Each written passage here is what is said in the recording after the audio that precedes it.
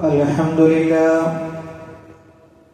لله رب العالمين نحمده ونستعينه ونؤمن به ونتوكل عليه ونعوذ بالله من شرور أنفسنا ومن سيئات أعمالنا من يهده الله فلا مضل له ومن يضلل فلن تجد له وليا مرشدا اللهم صل على محمد وعلى آل محمد كما صليت على إبراهيم وعلى آل إبراهيم إنك حميد مجيد اللهم بارك على محمد وعلى آل محمد كما باركت على إبراهيم وعلى آل إبراهيم إنك حميد مجيد أما بعد فإن خير الحديث كتاب الله وخير الهدي هدي محمد صلى الله عليه وسلم وشر الأمور محدثاتها وكل محدثة بدعة وكل بدعة ضلالة وكل ضلالة في النار يا أيها الذين آمنوا اتقوا الله حق تقاته ولا تموتن إلا وأنتم مسلمون സ്നേഹമുള്ള സത്യവിശ്വാസികളെ വിശ്വാസിനികളെ, ലോകരക്ഷിതാവും പ്രപഞ്ചങ്ങളുടെ പരിപാലകനുമായ അല്ലാഹുവിന്റെ ആജ്ഞാനിർദ്ദേശങ്ങൾ ജീവിതത്തിന്റെ എല്ലാ മേഖലകളിലും പാലിക്കണമെന്ന് ഉണർത്തുകയാണ്, വസിയ്യത്ത് ചെയ്യുകയാണ്. റഹ്മാനായ റബ്ബ് നമ്മുടെ ഈ കൂടിച്ചേരൽ ഉഖ്റവിയായ ലോകത്തേറെ നന്മകൾ ലഭിക്കുന്ന അമലുകളിൽ ഉൾപ്പെടുത്തി അനുഗ്രഹിക്കുമാറാകട്ടെ. അള്ളാഹു നമ്മളിലെ രോഗികൾക്ക് ശിഫ പ്രദാനം ചെയ്യുമാറാകട്ടെ. നമ്മളിൽ നിന്ന് മരണപ്പെട്ടു പോയ ആളുകൾക്ക് അള്ളാഹു ഖബറിടങ്ങളെ വിശാലമാക്കി കൊടുക്കുമാറാകട്ടെ. ഒരു പ്രത്യേകമായ ദുആ വസിയത്തിന് നമ്മുടെ ഒരു പ്രവർത്തകന്റെ ഭാര്യ മാതാവ് തൊട്ടടുത്ത ദിവസങ്ങൾക്ക് മുമ്പ് നമ്മളിൽ നിന്ന് മരണപ്പെട്ടു പോയിട്ടുണ്ട്. അവരുടെ ഖബറിടങ്ങളെ അള്ളാഹു വിശാലമാക്കി കൊടുക്കുമാറാകട്ടെ. പ്രിയപ്പെട്ടവരെ, നമ്മൾ സഫ് കെട്ടിയിട്ട് തന്നെ ഇരിക്കുക. കുറച്ചധികം ആളുകളുണ്ട്, പ്രത്യേകിച്ച് ആ ഡോറിന്റെ അവിടെ നിന്ന് കയറി ഇരിക്കണം. കാരണം കയറി വരുന്ന ആളുകൾക്ക് അവിടെ തടസ്സമുണ്ട്. ആ സഫ് പൂർത്തിയാക്കിയിരുന്നാൽ ഒരുപാട് ആളുകൾക്ക് ഇതിന്റെ ഉള്ളിലേക്ക് വളരെ പെട്ടെന്ന് കയറിയിരിക്കാൻ കഴിയും. പ്രിയപ്പെട്ടവരെ, നമ്മളെ സംബന്ധിച്ചിടത്തോളം കഴിഞ്ഞ ഒരു വെള്ളിയാഴ്ച നമ്മൾ ഓർക്കുന്നുണ്ടാകും, റബീഉൽ അവ്വൽ മാസമായി കഴിഞ്ഞാൽ സഹാബത്ത് സങ്കടപ്പെട്ടിരുന്നു. അതിന്റെ കാരണം എന്തായിരുന്നു എന്നുള്ളത് നമ്മൾ സവിസ്തരം അവിടെ വിശദീകരിക്കുകയുണ്ടായി. റബീഉൽ അവ്വൽ മാസം എന്ന് പറഞ്ഞാൽ അവർക്ക് ഏറ്റവും കൂടുതൽ അവർ ഓർത്തിരുന്നത് പ്രവാചകൻ സല്ലല്ലാഹു അലൈഹി വസല്ലമയുടെ വഫാത്തിനെ കുറിച്ചായിരുന്നു എന്ന കാര്യമാണ് നമ്മൾ അവിടെ പറഞ്ഞത്. ഇന്ന് ഇൻഷാ അല്ലാഹ് സംസാരിക്കാൻ വേണ്ടി ഉദ്ദേശിക്കുന്നത് നമ്മൾ എന്തുകൊണ്ട് നബിദിന ഘോഷയാത്രയിൽ പങ്കെടുക്കുന്നില്ല, റബീഉൽ അവ്വൽ 12 നമ്മൾ മൗലിദ് പാരായണം ചെയ്യുന്നില്ല എന്നതിനെ കുറിച്ചുള്ള ഒരു ചെറിയ ആയത്തുകളും ഹദീസുകളും ഉൾപ്പെടുത്തിയിട്ടുള്ള ഒരു സംസാരമാണ് ഉദ്ദേശിക്കുന്നത്. റഹ്മാനായ റബ്ബ് അവന്റെ ദീൻ യഥാവിധി കേൾക്കുകയും അത് പഠിക്കുകയും ചെയ്യുന്ന മുഅ്മിനീങ്ങളിൽ നമ്മളെ എല്ലാവരെയും ഉൾപ്പെടുത്തി അനുഗ്രഹിക്കുമാറാകട്ടെ. പ്രിയപ്പെട്ടവരെ, കാതലായ, അതായത് നമ്മുടെ ചുറ്റുപാടും കാണുന്ന റബീഉൽ അവ്വൽ 12 ഒരു കാതലായ ഭാഗം എന്ന് പറയുന്നത് പ്രവാചക സ്നേഹമാണല്ലോ. അള്ളാഹുവിന്റെ ദീനിൽ എന്തൊക്കെ കാര്യങ്ങൾ ചെയ്യണമെന്നുള്ളത് അള്ളാഹുവും അവന്റെ റസൂലും സല്ലല്ലാഹു അലൈഹി വസല്ലം നമുക്ക് കാണിച്ചു തന്നിട്ടുണ്ട്. അവിടെ നമ്മൾ പ്രത്യേകമായി പരിശോധിക്കുമ്പോൾ എങ്ങനെയാണ് നബിയെ സ്നേഹിക്കേണ്ടത്, എങ്ങനെയാണ് പ്രവാചകൻ സല്ലല്ലാഹു അലൈഹി വസല്ലമയെ സ്നേഹിക്കേണ്ടത് എന്ന് കൃത്യമായി നമുക്ക് പഠിപ്പിച്ചു തന്നിട്ടുണ്ട്.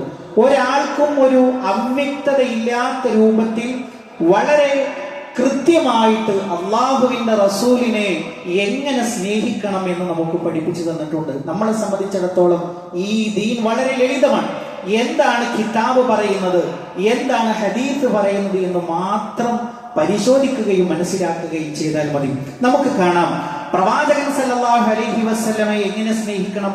നമ്മൾ കഴിഞ്ഞ ഖുതുബയിൽ പറഞ്ഞു, ഉമർ ബിൻ ഖത്താബ് റളിയല്ലാഹു അൻഹു വന്നിട്ട് പറഞ്ഞു, അല്ലാഹുവിന്റെ റസൂലേ, എന്നെ കഴിഞ്ഞാൽ എനിക്ക് ഏറ്റവും പ്രിയം താങ്കളോടാണ്. മഹാനായ റസൂലുള്ളാഹി സ്വല്ലല്ലാഹു അലൈഹി വസല്ലമയോട് മറുപടി കൊടുത്തു, ഓ ഉമറേ, താങ്കളുടെ പിരിശം പൂർണ്ണമായിട്ടില്ല, പ്രവാചക സ്നേഹം പൂർണ്ണമായിട്ടില്ല.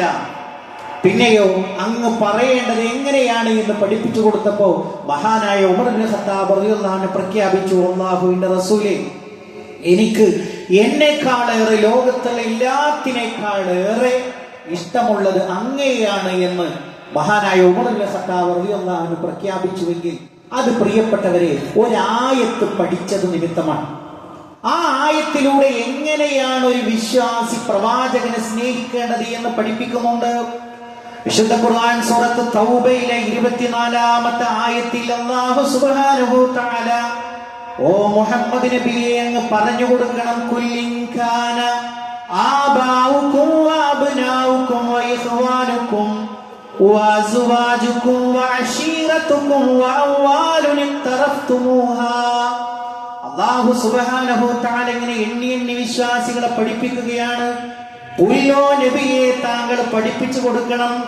എന്താ പഠിപ്പിച്ചു കൊടുക്കേണ്ടത്? ഇൻകാന ആബാഉകും, നിങ്ങളുടെ മാതാപിതാക്കളായിരുന്നാൽ, വഅബ്നാഉകും, നിങ്ങളുടെ മക്കളായിരുന്നാൽ, വഇഖ്വാനുകും, നിങ്ങളുടെ സഹോദരങ്ങളായിരുന്നാൽ, വഅസ്വാജുകും, നിങ്ങളുടെ ഇണകളായിരുന്നാൽ, വഅശീറതുകും, നിങ്ങളുടെ ബന്ധുമിത്രാദികളായിരുന്നാൽ, വഅംവാലുൻ ഇഖ്തറഫ്തുമൂഹാ, നിങ്ങൾ സമ്പാദിച്ചുണ്ടാക്കിയ നിങ്ങളുടെ മുതലുകളായിരുന്നാൽ, വതിജാറത്തുൻ തഖ്ശൗന കസാദഹാ, നിങ്ങൾ നഷ്ടം ഭയപ്പെടുന്ന നിങ്ങളുടെ കച്ചവടങ്ങളായിരുന്നാൽ, വമസാകിന തർലൗനഹാ, നിങ്ങൾ ഇഷ്ടപ്പെടുന്ന നിങ്ങളുടെ വീടുകളായിരുന്നാൽ. അല്ലാഹു ഇങ്ങനെ എണ്ണി പറഞ്ഞു.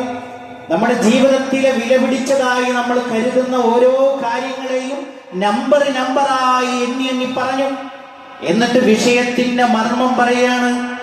എന്തിനേക്കാളേറെ അഹബ്ബ ഇലൈക്കും മിനല്ലാഹി വറസൂലിഹി, അല്ലാഹുവിനേക്കാളും അവന്റെ റസൂലിനേക്കാളും ഈ പറഞ്ഞ കാര്യങ്ങൾ നിങ്ങൾക്ക് ഇഷ്ടമുള്ളതായി തീർന്നാൽ, വജിഹാദിൻ ഫീ സബീലിഹി, അവന്റെ മാർഗത്തിലുള്ള ജിഹാദിനേക്കാൾ നിങ്ങൾക്ക് ഇഷ്ടപ്പെട്ടതായി തീർന്നാൽ, അള്ളാഹുവിനെയും അവന്റെ റസൂലിനേക്കാളും നമ്മൾ പറഞ്ഞ നമ്മുടെ മാതാപിതാക്കൾ, നമ്മുടെ മക്കൾ, നമ്മുടെ സമ്പത്ത്, നമ്മുടെ ഇണകൾ, നമ്മുടെ പാർപ്പിടം, നമ്മുടെ കച്ചവടം, അതൊക്കെയും അള്ളാഹുവിനെയും അവന്റെ റസൂലിനേക്കാളും നിങ്ങൾക്ക് പ്രിയങ്കരമായി തീർന്നാൽ, അള്ളാഹു പറയുന്നു, ഫതറബ്ബസൂ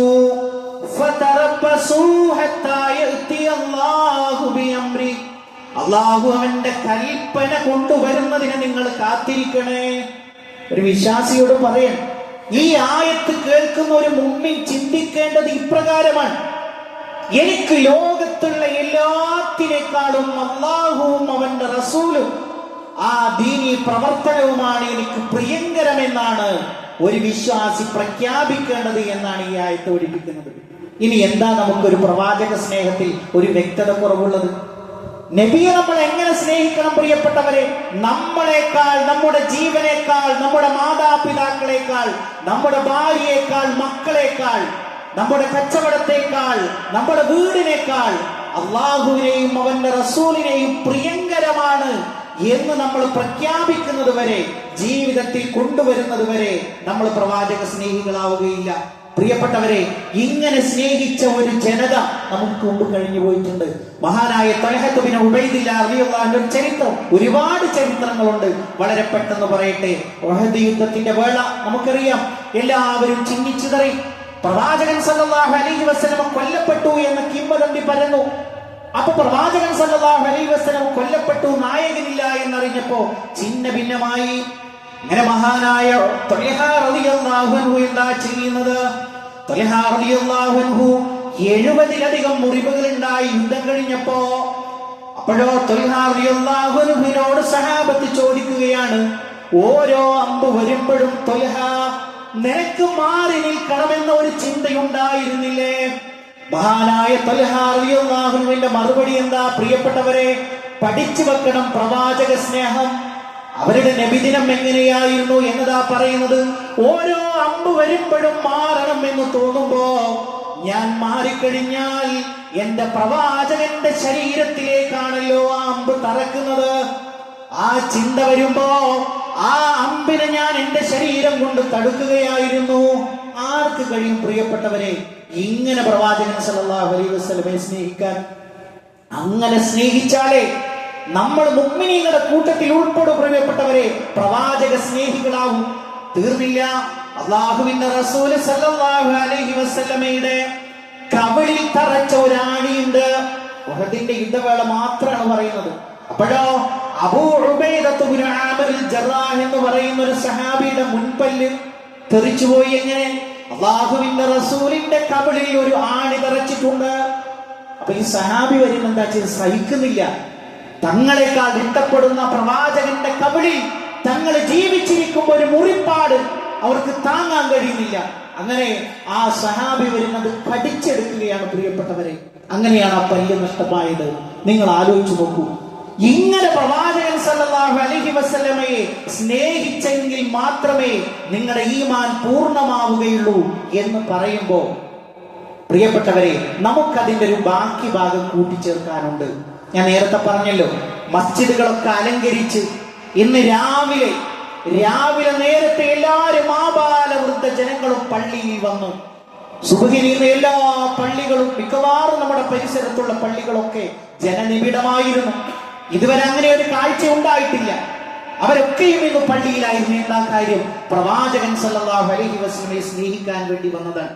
എന്നാൽ നമുക്ക് ഒന്നാമത് ഞാൻ എന്തുകൊണ്ട് മാറി നിൽക്കുന്നു എന്നതിന്റെ ഒന്നാമത്തെ ചോദ്യം, അല്ലാഹുവിന്റെ റസൂല് സല്ലല്ലാഹു അലൈഹി വസല്ലമയോട് ഒരായത്ത് നമുക്ക് ഓതിത്തരികയാണ്. അൽയൗമ അക്മൽതു ലക്കും ദീനകും വഅത്മംതു അലൈക്കും നിഅമതി വറദീതു ലക്കുമുൽ ഇസ്ലാമ ദീനാ. അല്ലാഹുവിന്റെ റസൂല് പ്രഖ്യാപിക്കുകയാണ്, അൽയൗമ ഇന്നേ ദിവസം അക്മൽതു ലക്കും ദീനകും, നിങ്ങളുടെ ദീനിത പൂർത്തിയാക്കി തന്നിരിക്കുന്നു. വഅത്മംതു അലൈക്കും നിഅമതി, നിങ്ങളുടെ മേൽ എന്റെ നിഅമത്തിനെ നാം ഇതാ പൂർത്തിയാക്കി തന്നിരിക്കുന്നു. അല്ലാഹുവിന്റെ റസൂലിനോട് പഠിപ്പിച്ചു കൊടുക്കാൻ വേണ്ടി ഒരു ആയത്ത് അല്ലാഹു ഇറക്കി തരാൻ. 1400 കൊല്ലങ്ങൾക്ക് മുമ്പ് ഈ ദീനിന്റെ പൂട്ടിട്ടാണ് ആ പ്രവാചകൻ സല്ലല്ലാഹു അലൈഹി വസല്ലം ഇവിടെ നിന്ന് പോയത്. ഇനി ഇതിൽ കൂട്ടാനോ കുറക്കാനോ പാടില്ല.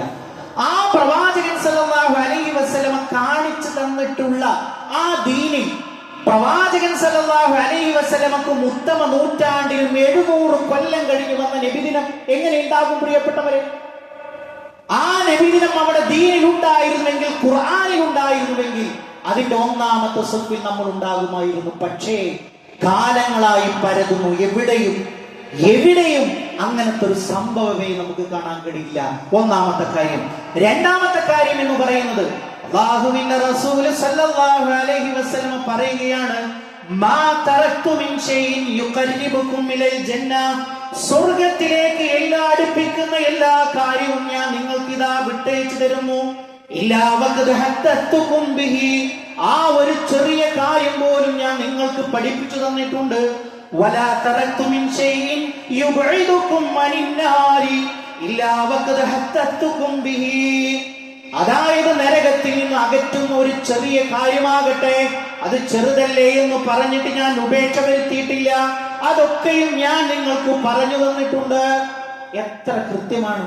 അല്ലാഹുവിന്റെ റസൂൽ സല്ലല്ലാഹു അലൈഹി വസല്ലം പറയാൻ, ഒരു ചെറിയ ഒരു കാര്യം സ്വർഗത്തിലേക്ക് അടുപ്പിക്കുന്നത്, നരകത്തിൽ നിന്ന് അകറ്റുന്നത്, അത് പറയാതെ ഞാൻ വിട്ടേച്ചിട്ടില്ല എന്ന് പറയുമ്പോ ആ പ്രവാചകൻ സല്ലല്ലാഹു അലൈഹി വസല്ലമക്ക് 7 നൂറ്റാണ്ട് കഴിഞ്ഞു വരുന്ന നബിദിനം നമ്മൾ കഴിക്കുകയോ? അങ്ങനെ കഴിച്ചാൽ നമ്മുടെ ഹുക്കം എന്താ പ്രിയപ്പെട്ടവരെ? ആ പ്രവാചകൻ സല്ലല്ലാഹു അലൈഹി വസല്ലമ റിസാലത്തിൽ വഞ്ചന കാണിച്ചു. അല്ലാഹുവിന്റെ കൂടെ സ്വർഗത്തിലേക്ക് ഒരുക്കിയിട്ടുള്ള നിഅമത്തിലേക്ക് എത്തുന്ന, സ്വർഗത്തിലേക്ക് എത്തുന്ന നബിദിനം ഞങ്ങൾക്ക് പറഞ്ഞു തന്നില്ല. അങ്ങനെ പറയാതെ പ്രവാചകൻ സല്ലല്ലാഹു അലൈഹി വസല്ലം പോയി എന്നൊരു മുഅ്മിനീന് പറയാൻ കഴിയും? അല്ലാഹുവിന്റെ റസൂൽ പറയുന്നത്, ഒരു നിസ്സാര കാര്യം അത് പറയാതെ ഞാൻ വിട്ടുപോയിട്ടില്ല. പ്രിയപ്പെട്ടവരെ, ഇതാണ് രണ്ടാമത്തെ നമ്മുടെ പ്രമാണം. മൂന്നാമത്തെ ഒരു കാര്യം എന്ന് പറയുന്നത്, അല്ലാഹുവിന്റെ റസൂൽ ഇഷ്ടപ്പെട്ടു, സർട്ടിഫിക്കറ്റ് കൊടുത്തു, അല്ലാഹു തൃപ്തിപ്പെട്ട ഒരു ഉമ്മത്ത് ഇവിടെ കഴിഞ്ഞു പോയിട്ടുണ്ട്. അവരാരാണ്? നിങ്ങൾ നോക്കൂ.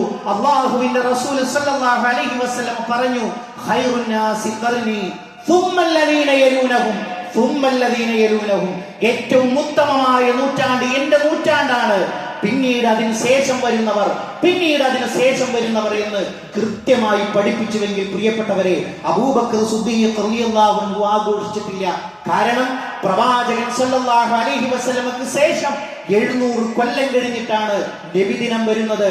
അപ്പൊ അതിനു മുമ്പ് ജീവിച്ച ഉത്തമരായ നൂറ്റാണ്ടുകൾക്ക് അബൂബക്കർ സിദ്ദീഖ് റളിയല്ലാഹുവിന് പരിചയമില്ലാത്ത, ഉമർ ഇബ്നു ഖത്താബ് റളിയല്ലാഹുവിന് പരിചയമില്ലാത്ത, ഉസ്മാൻ ഇബ്നു അഫ്ഫാൻ റളിയല്ലാഹുവിന് പരിചയമില്ലാത്ത ഒരു നബിദിനം എങ്ങനെ നമ്മളെ സ്വർഗത്തിലേക്ക് കൊണ്ടുപോകും? പ്രിയപ്പെട്ടവരെ, നമ്മൾ കൃത്യമായി ആലോചിക്കേണ്ടതുണ്ട്.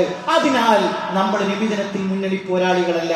കൃത്യമായി നമ്മൾ മനസ്സിലാക്കുന്നുവെങ്കിൽ അബൂബക്കർ സിദ്ദീഖ് റളിയല്ലാഹു അൻഹുവിന് കിട്ടാത്ത ഒരു പുണ്യം നമുക്ക് കിട്ടുമോ? പ്രിയപ്പെട്ടവരെ, ഒരിക്കലുമില്ല. കാരണം അല്ലാഹുവിന്റെ റസൂൽ സ്വല്ലല്ലാഹു അലൈഹി വസല്ലം പറഞ്ഞു, അബൂബക്കറും ഫിൽ ജന്ന, ഉമറും ഫിൽ ജന്ന, ഉസ്മാനും ഫിൽ ജന്ന. ജീവിത കാലഘട്ടത്തിൽ അല്ലാഹുവിന്റെ റസൂൽ സർട്ടിഫിക്കറ്റ് കൊടുത്തു, ഇവരൊക്കെയും സ്വർഗത്തിലാണ്.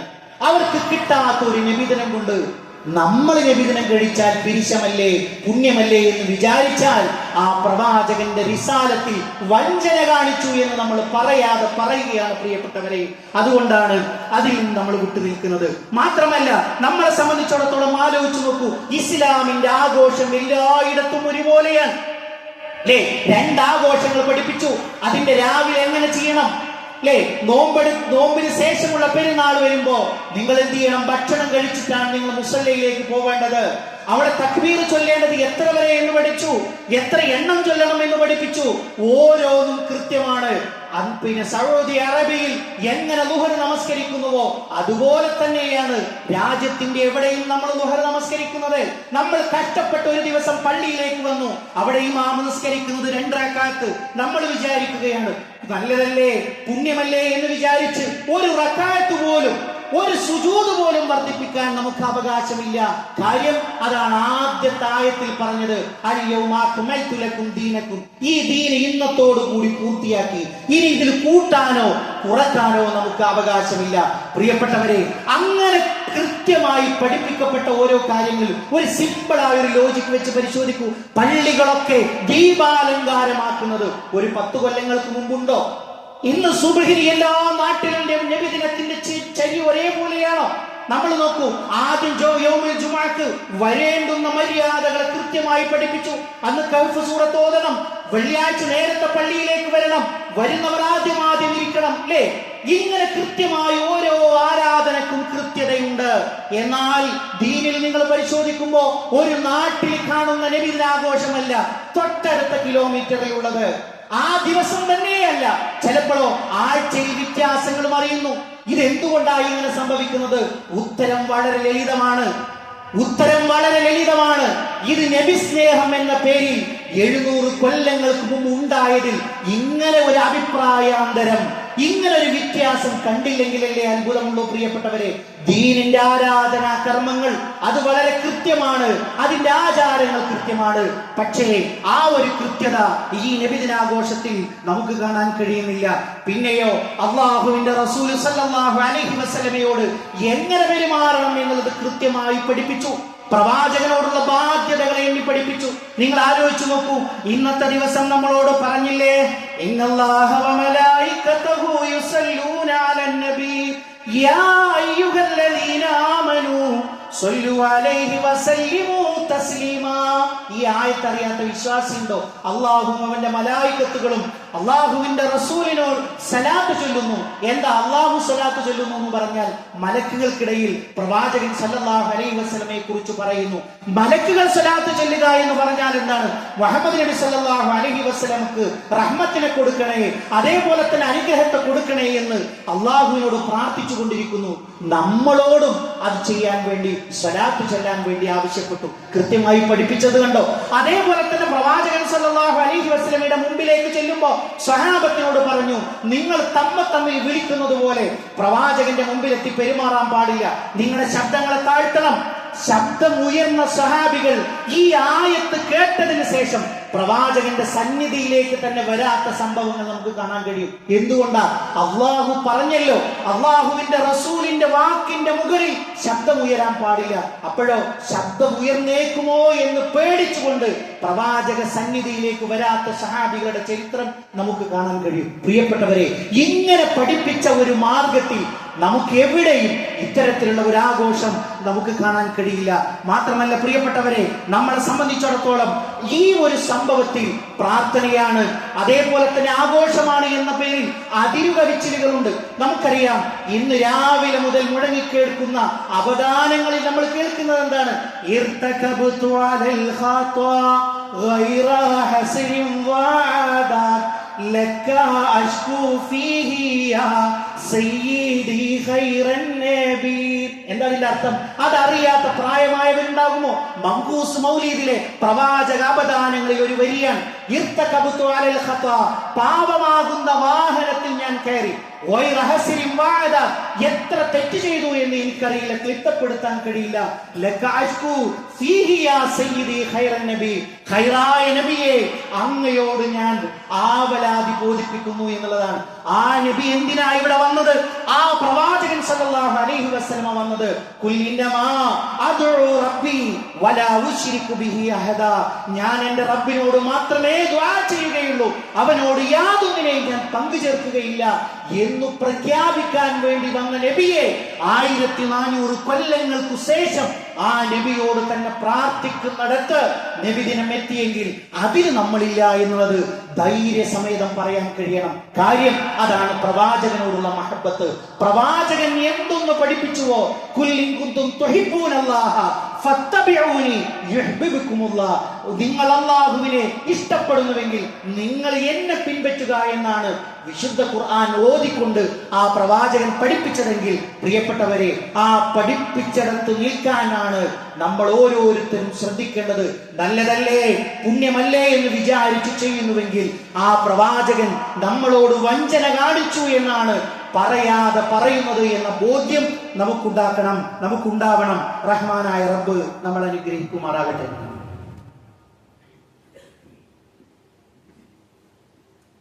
അൽഹംദുലില്ലാഹി റബ്ബിൽ ആലമീൻ വസ്സലാത്തു വസ്സലാമു അലാ റസൂലിഹിൽ അമീൻ നബിയിനാ വഹബീബിനാ മുഹമ്മദിൻ സല്ലല്ലാഹു അലൈഹി വസല്ലം വഅലാ ആലിഹി വസഹ്ബിഹി അജ്മഈൻ. അമ്മാ ബഅദ്.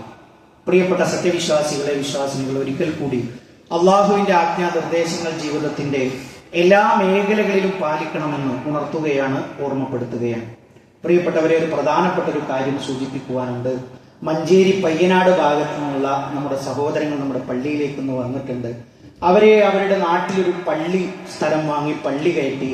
പക്ഷെ ഇനി ആ പള്ളിയുടെ പണി പൂർത്തിയായിട്ടില്ല. അത് പൂർത്തിയാവണമെങ്കിൽ ഏകദേശം ഒരു 40 ലക്ഷത്തോളം രൂപ അതിനാവശ്യമുണ്ട്. നമുക്കെല്ലാവർക്കും അറിയാവുന്നതുപോലെ അള്ളാഹുവിന് ദുനിയാവിൽ ഇഷ്ടപ്പെട്ട സ്ഥലങ്ങൾ എന്ന് പറയുന്നത് അവിടുത്തെ മസ്ജിദുകളാണ്. ആ മസ്ജിദുകളിൽ നടക്കുന്ന ആരാധനാ കർമ്മങ്ങൾ അത് എന്തൊക്കെയുണ്ടോ ആ ആരാധനാ കർമ്മങ്ങളൊക്കെ ഖബറിലേക്കും നമ്മളെ തേടിയെത്തും. അപ്പൊ നമ്മളെ സംബന്ധിച്ചിടത്തോളം നമ്മൾ മനസ്സറിഞ്ഞൊരു സംഖ്യ, ഒരു പരിക്ക് പറ്റുന്ന ഒരു സംഖ്യ ആ പള്ളിയുടെ നിർമ്മാണ ഫണ്ടിലേക്ക് ജുമാക്ക് ശേഷം ഇവിടെ കളക്ഷൻ നടക്കുന്നുണ്ട്, അതിലേക്ക് നമ്മൾ കൊടുക്കണം. ഇനി ആരെങ്കിലും പണം എടുക്കാൻ വിട്ടുപോയിട്ടുണ്ടെങ്കിൽ സഹോദരിമാരെ കൂടി ഉൾപ്പെടുത്തിയിട്ടാണ് പറയുന്നത്. ഇവിടെ നമ്മുടെ പള്ളി കമ്മിറ്റിക്കാർ ഫൈസൽക്ക്, അതേപോലെ തന്നെ പള്ളി സെക്രട്ടറി, അതേപോലെ തന്നെ പ്രസിഡന്റ്, അവരെ അടുത്ത ആഴ്ച ഏൽപ്പിക്കാനുള്ള ഒരു സംവിധാനവും അവർ കണ്ടെത്തിയിട്ടുണ്ട്. ആ കാര്യം സാന്ദർഭികമായി സൂചിപ്പിക്കുകയാണ്. പ്രിയപ്പെട്ടവരെ, നമ്മളെ സംബന്ധിച്ചിടത്തോളം വളരെ ഗൗരവപ്പെട്ട ഒരു സൂചനയാണ് ഞാൻ ഈ പറയുന്നത്. നമ്മളെല്ലാവരും ശ്രദ്ധയോടുകൂടി കേൾക്കണം. നമ്മളെ സംബന്ധിച്ചിടത്തോളം ഒരു ആള് നമ്മളോട് ചോദിക്കുകയാണ്, കേരളത്തിൽ പ്രധാനപ്പെട്ട മതങ്ങൾ ഏതൊക്കെയെന്ന് ചോദിച്ചാൽ നമ്മൾ പറയും ഹിന്ദുമതം. ആ ഹിന്ദുമതത്തിന്റെ കാതൽ എന്താണ്? അത് ബഹുദൈവാരാധനയാണ്. അതേപോലെ തന്നെ നമ്മളോട് ചോദിച്ചാൽ പറയും ക്രിസ്തുമതം. അതിന്റെ കാതൽ എന്താണെന്ന് ചോദിച്ചാൽ അത് ത്രിയേകത്വമാണ്. പിന്നീട് നമ്മളോട് ചോദിച്ചാൽ പറയും ഇസ്ലാം മതം.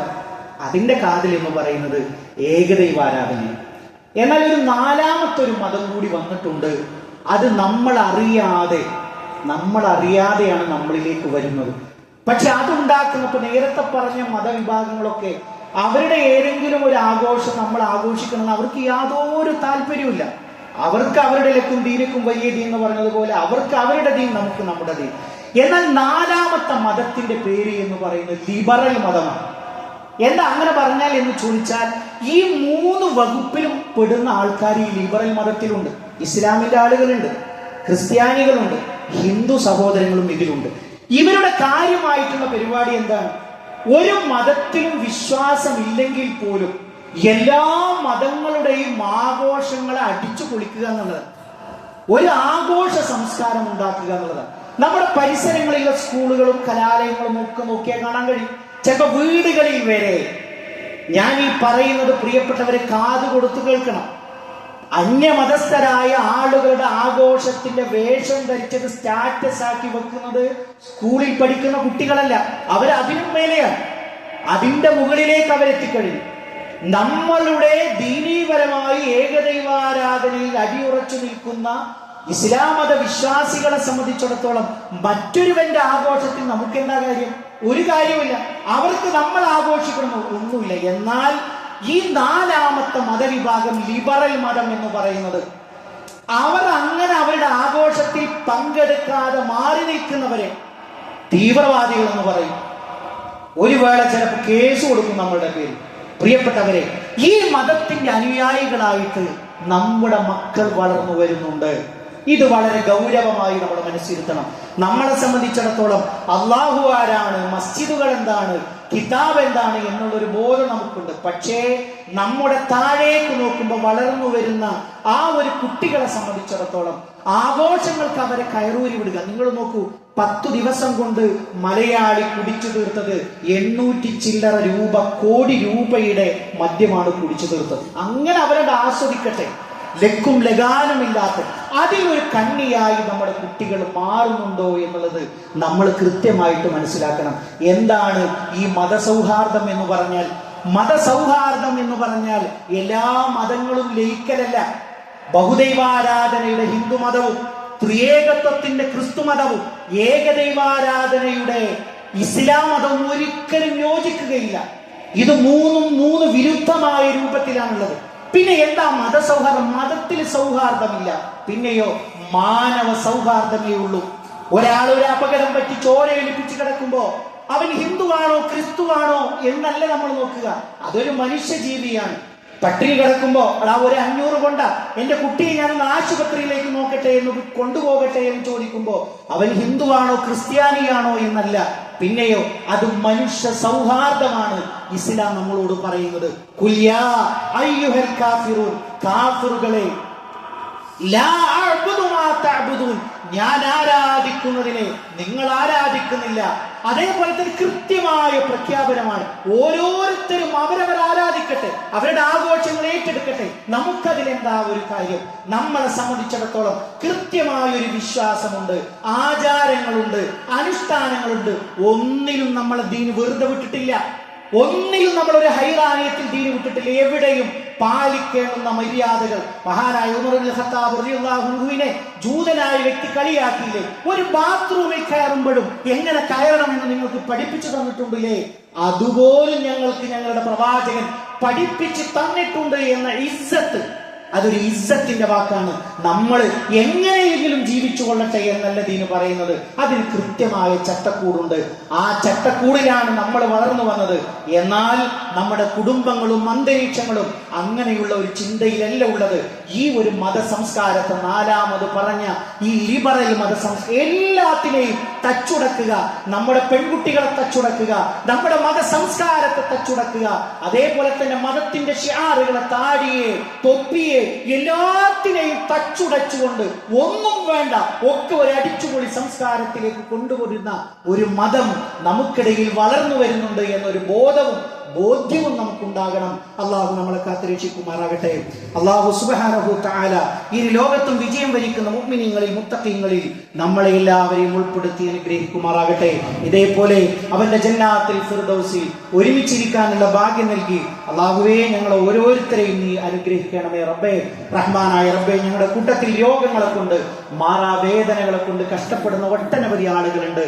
അവർ ഞങ്ങളുടെ മാതാപിതാക്കളാണ്, ജ്യേഷ്ഠ അനുജന്മാരാണ്. അല്ലാഹുവേ, എല്ലാവർക്കും മാനസികവും ശാരീരികവുമായ ശിഫ നീ പ്രദാനം ചെയ്യണമേ റഹ്മാനെ. അല്ലാഹുവേ, ഞങ്ങളുടെ കുടുംബ ജീവിതത്തിൽ സന്തോഷത്തെ നീ പ്രദാനം ചെയ്യണമേ റഹ്മാനെ. അല്ലാഹുവേ, ഞങ്ങളുടെ ഇണകളിൽ കൺകുളിർമയെ നീ പ്രദാനം ചെയ്യണമേ റഹ്മാനെ. അല്ലാഹുവേ, സ്വാലിഹായ മക്കളെ ഞങ്ങൾക്ക് നീ പ്രദാനം ചെയ്യണമേ റഹ്മാനെ. അല്ലാഹുവേ, ഞങ്ങളുടെ മാതാപിതാക്കൾക്ക് നീ പുറത്തു കൊടുക്കണമേ റഹ്മാനെ. അല്ലാഹു മഗ്ഫിർ ലിൽ മുഅ്മിനീന വൽ മുഅ്മിനാത്ത് വൽ മുസ്ലിമീന വൽ മുസ്ലിമാത്ത് അൽ അഹ്യാഇ മിൻഹും വൽ അംവാത്ത് ഇന്നക മുജീബുദ് ദഅവാതി യാ ഖാദിയൽ ഹജാത്ത്.